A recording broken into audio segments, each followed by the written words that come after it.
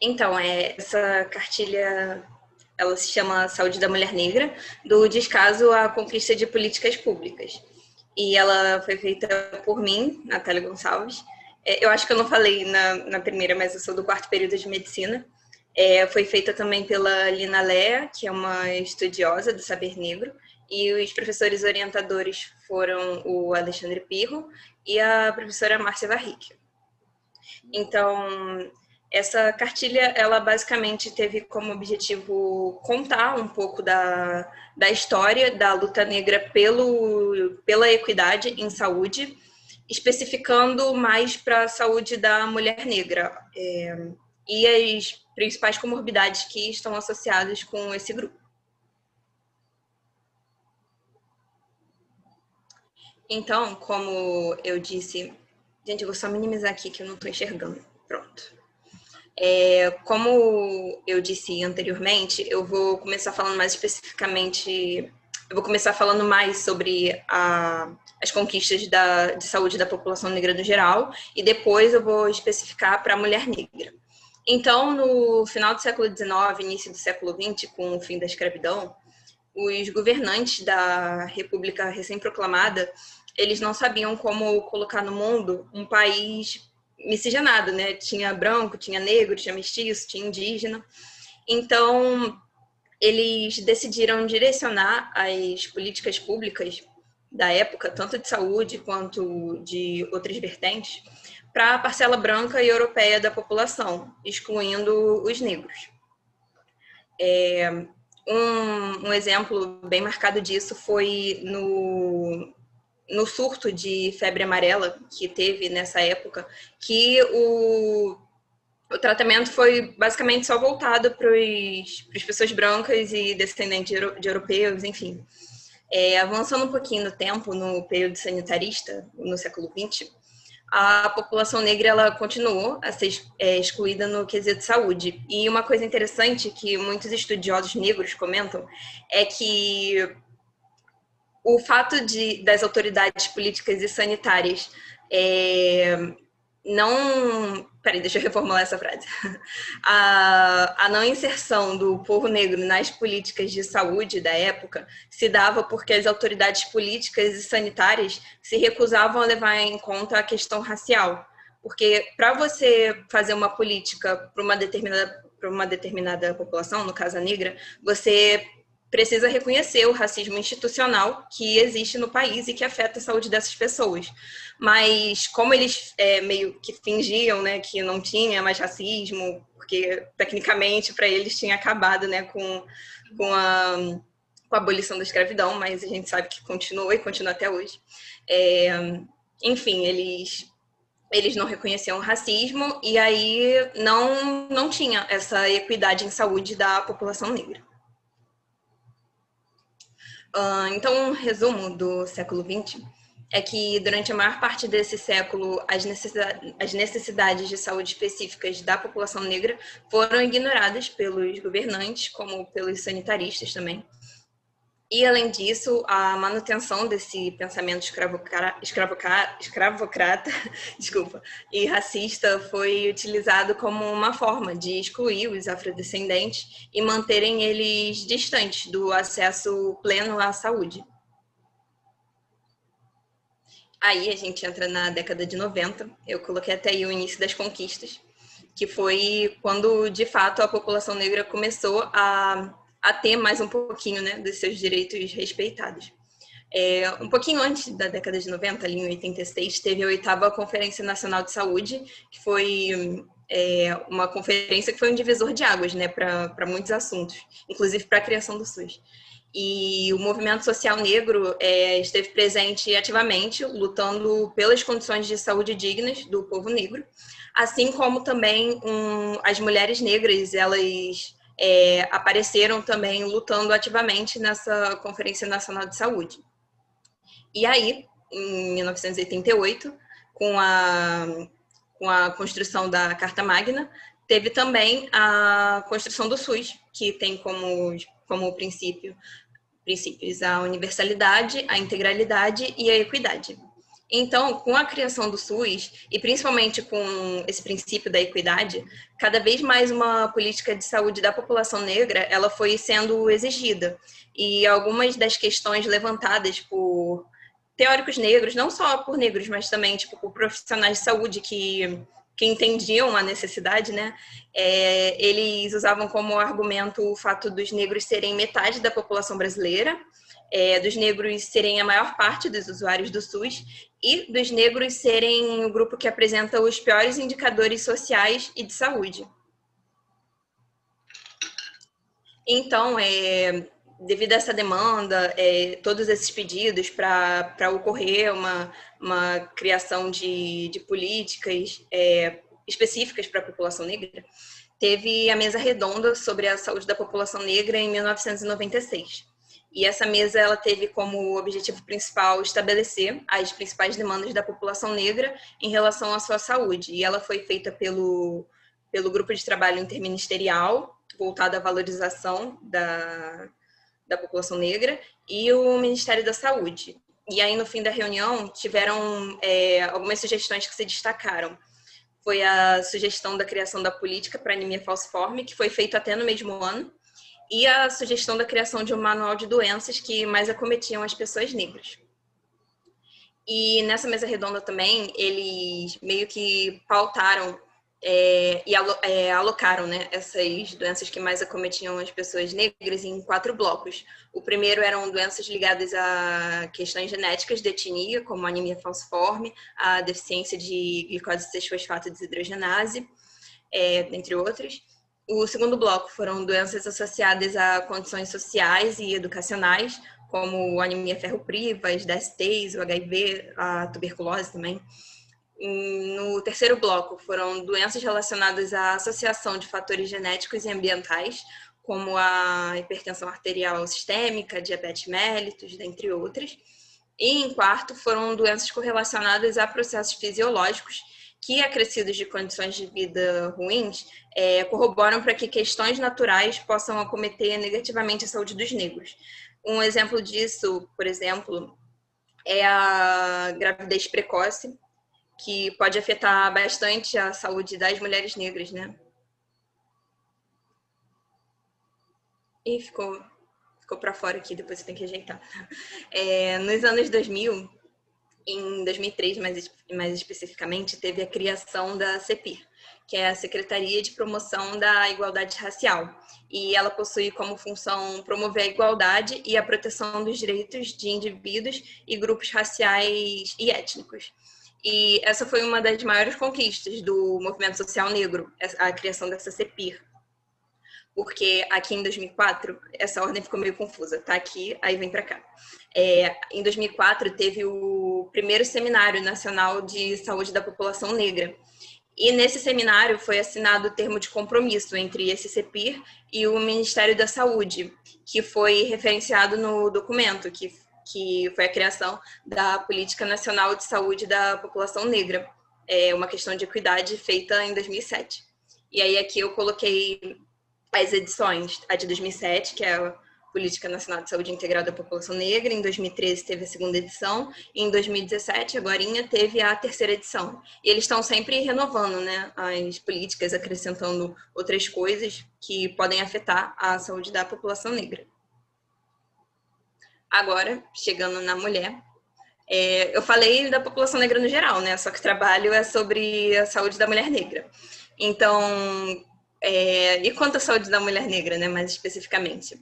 Em 2005, a Comissão de Determinantes Sociais em Saúde, ela incluiu o racismo e o sexismo como determinantes de saúde. Então, esses determinantes, eles afetam a saúde e promovem vulnerabilidades que, para as mulheres negras, tem um peso duplo. Porque, por exemplo, para os homens negros, eles têm o racismo como determinante social. Para as mulheres brancas, elas têm o sexismo como determinante racial. Mas as mulheres negras, elas têm esse peso duplo do racismo e do sexismo, o que deixa a luta delas mais complexa. E assim, tem que ser lutado, né? Ainda tem muita coisa a conseguir. Então, de uma forma geral, As mulheres negras, por estarem na base da pirâmide social, segundo o IPEA, e por serem um dos grupos de maior vulnerabilidade social, elas necessitam de atenção à saúde voltada à associação entre as questões raciais e de gênero. Aí aqui eu coloquei a foto desse manual de doenças mais importantes por razões étnicas na população brasileira afrodescendente, que foi uma resposta àquela segunda sugestão da mesa redonda de 1996. Aí agora, falando um pouquinho mais das comorbidades... Gente, desculpa, tem umas palavras para fora do design, porque eu editei agora e eu não consertei no PowerPoint, então desculpa. Aqui eu coloquei as comorbidades mais comuns encontradas em mulheres negras. Foi a anemia falciforme, que é de uma causa genética, a deficiência de glicose 6-fosfato desidrogenase, também é genética, a hipertensão arterial sistêmica, que se encaixa naquele terceiro bloco que eu falei lá da mesa redonda, a diabetes mellitus, que também se encaixa nesse terceiro bloco das doenças. Aí aqui eu coloquei a tuberculose, que tem uma questão social bastante envolvida, né, na tuberculose. A miomatose, que são os miomas uterinos, que afetam bastante as mulheres negras, bastante destaque, né, para a miomatose. E as síndromes hipertensivas da gravidez, que também acometem majoritariamente mulheres negras. E o aborto séptico, que também está bem presente e afeta bastante a saúde das mulheres negras. Essas comorbidades que eu coloquei, eu peguei na Política Nacional de Saúde Integral da População Negra, nas 3 edições, e também do Manual de Doenças Mais Importantes por Razões Étnicas na População Brasileira Afrodescendente. Aqui estão as referências bibliográficas. E é isso, gente. Obrigada. Eu esqueci de falar que eu era do Negrex, agora que eu lembrei. Você era? Eu sou. Eu sou. A Sandra não sabe o que é Negrex. Então, o Negrex, ele é o coletivo negro de médicos e estudantes de medicina que são negros.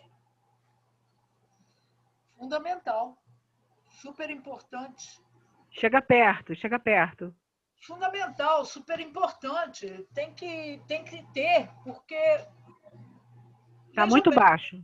É importantíssimo. É importantíssimo que vocês cuidem de vocês. Não é uma separação, é o entendimento das igualdades. Entendeu? A última pessoa no mundo a ser racista sou eu. E assim mesmo, tem hora que você precisa ser cré com cré, lé com lé. Porque o cré vai entender o cré e o lé vai entender o lé. É difícil para um branco. Eu vou falar de uma coisa que aconteceu comigo. Eu gosto de usar as minhas experiências. Eu tenho amigos vários, negros maravilhosos. Eu sou apaixonada pela raça negra. E eu tenho uma amiga, e uma vez a gente estava conversando, e chegamos ao assunto de relacionamentos humanos. E na época ela disse assim para mim: para uma mulher branca é fácil reconstruir a vida depois de uma separação. Para uma mulher negra, nem tanto. Porque se for um homem negro, não quer uma mulher negra. Se for um homem branco, só quer para passar o tempo. Sandra, isso que você falou é um assunto que eu amo. Eu amo. Tem várias teses sobre isso, que é a solidão da mulher negra. É exatamente isso. Nossa, perfeito. Adorei que você tocou nesse ponto. É difícil. Ela disse para mim, é dificílimo você reconstruir a sua caminhada sendo negra. Aquilo me incomodou, deu um nó na minha cabeça, porque eu digo, gente, como assim? Não pode ser dessa forma. A gente tem dívidas colossais com essas mulheres. Foram mulheres que foram usadas como procriadoras, foram mulheres que foram usadas como amas de leite de populações inteiras. O que é isso? Esse povo não tem memória, não é memória nem memória afetiva, nem memória emocional, é memória humana. Que história é essa? E aí eu comecei a pensar, e eu digo, olha, tá tudo errado. Tá tudo errado. Vamos começar do começo. Já começou errado com a libertação dos escravos, porque foi feita de maneira assodada, de maneira intempestiva, de maneira não planejada do que iam fazer com uma população de milhões. Não tinha moradia, não tinha escola, não tinha um sistema de saúde, não tinha nada. E joga na rua. Ou continua sendo escravo. Aí era aquela história, vai trabalhar, mas não vai receber. Mas é livre. Pelo amor de Deus. É. Livre de quê? Livre do chicote? Livre da senzala? Vai sair da senzala para cair noutra senzala. Que é a favela, que é a marginalidade hoje. Gente, sabe... tudo, e os conceitos alucinados de gente absolutamente louca. Porque não dá para você classificar como normal uma pessoa que pega a outra e amarra e bate. Não dá. Desculpe, eu não considero. É um bando de psicopata, né? Com certeza. Só que continuam amarrando e chicoteando até hoje, né? De outras formas. De outras formas. Alucinadas, loucas, que continuam. Com gente se achando por uma questão de pele que é superior ou melhor. Na ótica de quem?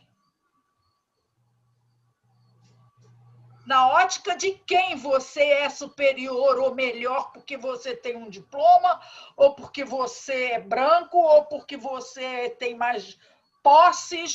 Na ótica de quem? O que isso te leva a crer que você é melhor?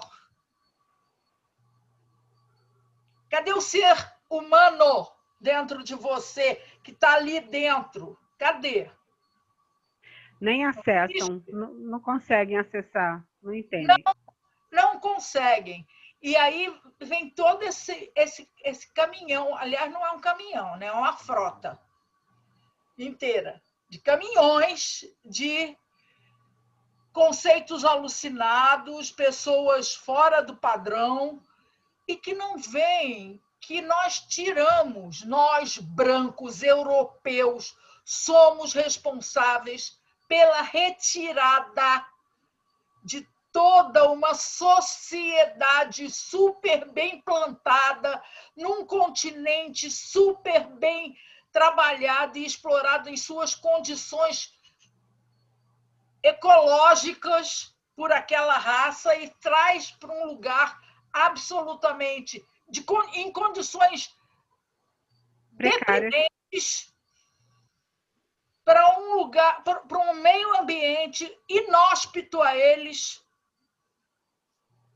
que não sabe quem são, se tem doença, se não tem, se quais, e se acham donos desses seres. Isso é de um ridículo, fora do padrão. Mas que foi isso que aconteceu.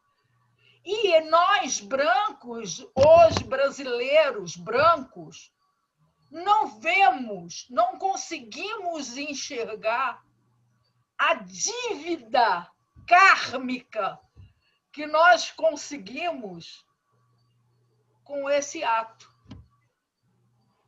Não é difícil isso? Eu acho absurdo que seja difícil. Ô, Sandra, mas você falou, tipo, que realmente não tem como você sentir o que eu sinto ou como meus pais se sentem e tal. Mas só de você reconhecer isso é muito importante. Esse reconhecimento que tem o racismo institucional, que foi retirado toda uma cultura que tem essa dívida histórica, é muito importante. É muito importante reconhecer isso. Mas é o mínimo. Natália, isso é o mínimo. O reconhecimento é o mínimo. Mas não basta reconhecer, precisa agir. Precisa agir, exatamente.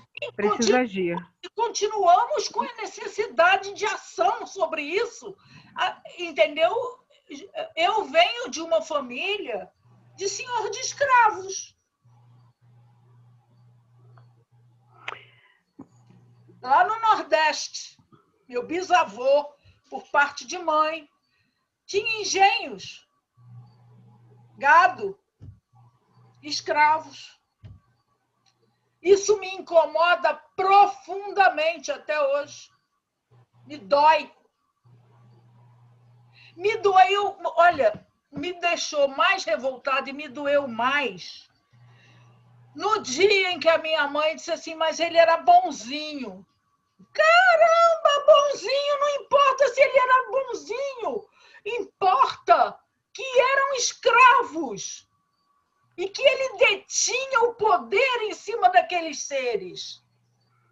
Uma opressão enorme. Não, bonzinho. Uma opressão enorme, né? Exato, exato. E as pessoas não percebem, né? No ambulatório de homeopatia, a gente vê isso, porque nós estudamos temáticas do tipo de sofrimento das pessoas, né? A gente faz um atendimento integral. É o princípio da homeopatia. Então, tem aqueles do sofrimento silencioso, aqueles que se calam. Você está falando da solidão, eu me lembrei disso. O sofrimento silencioso. Márcia, não tem como dimensionar. Exatamente, é muito difícil. É aquela história, quem bate, esquece, quem apanha, não esquece nunca. Não esquece, não esquece. Perdoa, mas não esquece. Essa questão do sofrimento... Perdoar é uma coisa, esquecer é outra. Verdade. Importante não esquecer, para que não se queime de novo no mesmo lugar. Mas perdoar é tão importante quanto. E a gente tem que se perdoar. E quando eu falo perdoar, não é o negro perdoar o branco, não. É o branco se perdoar também. Para poder fazer contato com as coisas. Exato. Porque senão fica sempre na negação. Porque não consegue conviver com essa ruptura de que não é perfeito, não é superior, não é nada disso. Né? Mas o que você ia falar do sofrimento? Não, é porque eu adicionei, eu não sei se você viu, mas eu adicionei mais algumas doenças. Eu vi. De acordo, porque eles falaram, né, lá Sim. Nas sugestões. Aí eu acrescentei mais algumas, e aí eu pensei, será que eu acrescento depressão e sofrimento psíquico? Claro. Então vou acrescentar. Claro. Porque eu deixei de fora, mas eu acho que eu vou colocar aqui. Tem tudo a ver. Muito bem.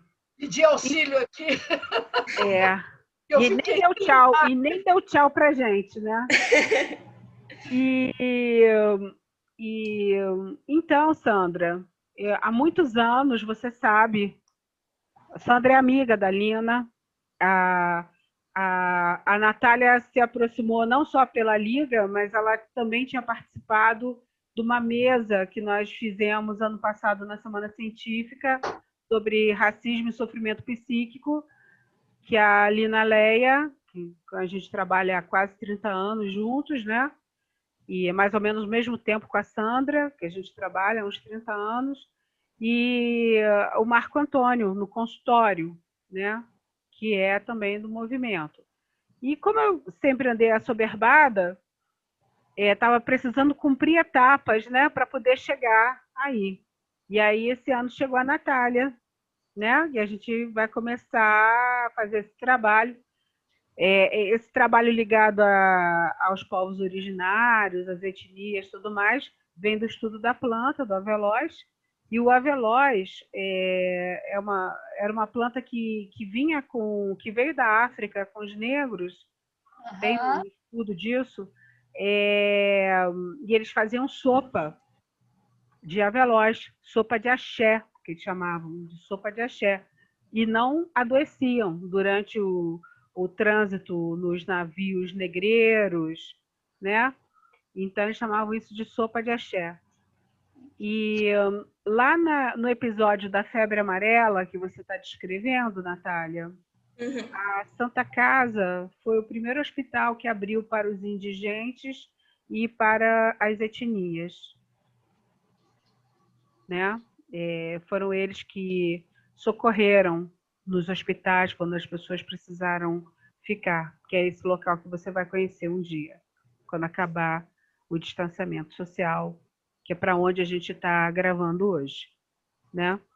Então, existe um circuito histórico, né?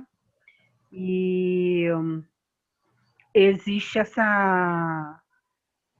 como nós vamos dizer, uma sincronicidade onde, depois que, embora eu tenha feito o trabalho devolvendo a pesquisa do Avelós para os grupamentos, embora não fosse obrigada, mas era uma questão ética e moral, devolver alguma coisa a eles, da minha parte, da minha consciência.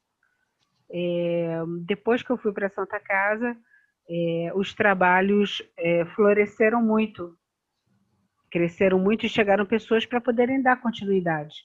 Aquilo que meus braços não davam, foram chegando as pessoas, né?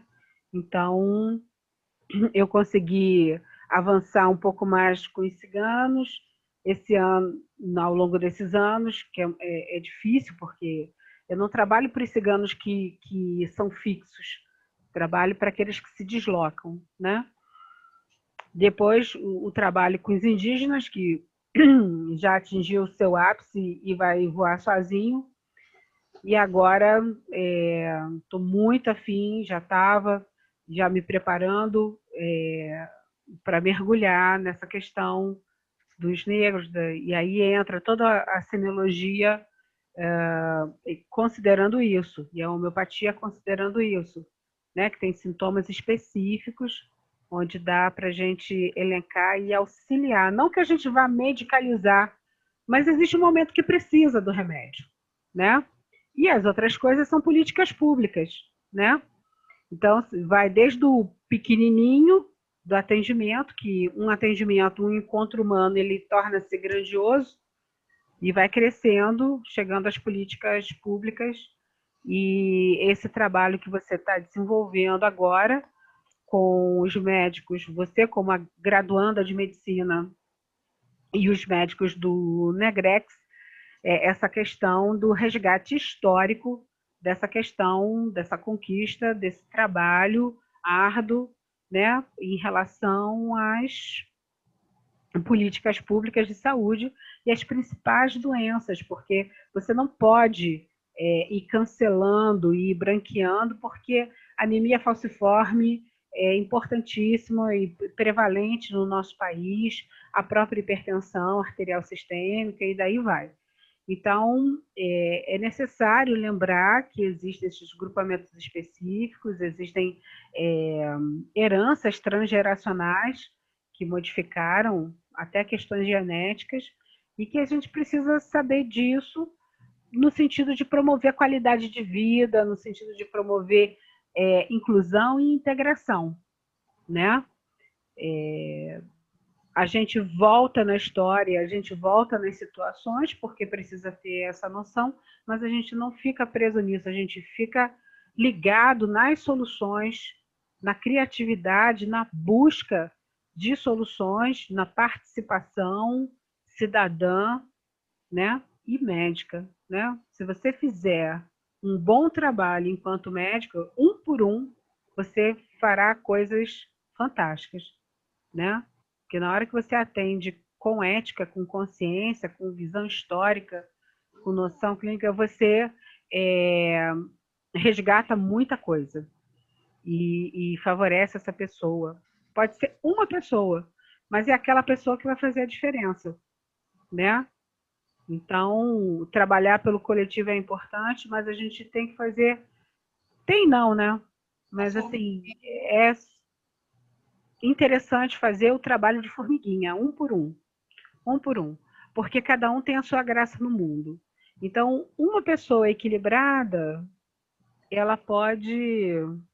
Uma pessoa que não está amargurada, que não está deprimida, ela pega aquela energia e direciona para coisas que podem favorecer ao coletivo. Não só a ela e a família dela, mas ao coletivo. Isso é um olhar da lei da semelhança, que o Hahnemann ensinava a gente a perguntar depois da consulta.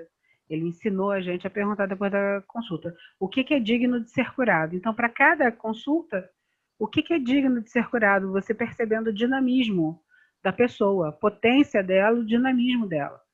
Então, você vai descascando essas cebolas, essas couraças, essas dores, você vai devagarzinho. A homeopatia, pela lei da semelhança, e até a própria fitoterapia, você vai reharmonizando, tem uma perspectiva de reharmonização, não para ela ser o que a gente quer, mas para ela ser quem ela é no mundo, né? Para ela ser quem ela é no mundo. Exatamente. Então, isso é de fundamental importância. Então, parabéns, querida, pelo seu trabalho.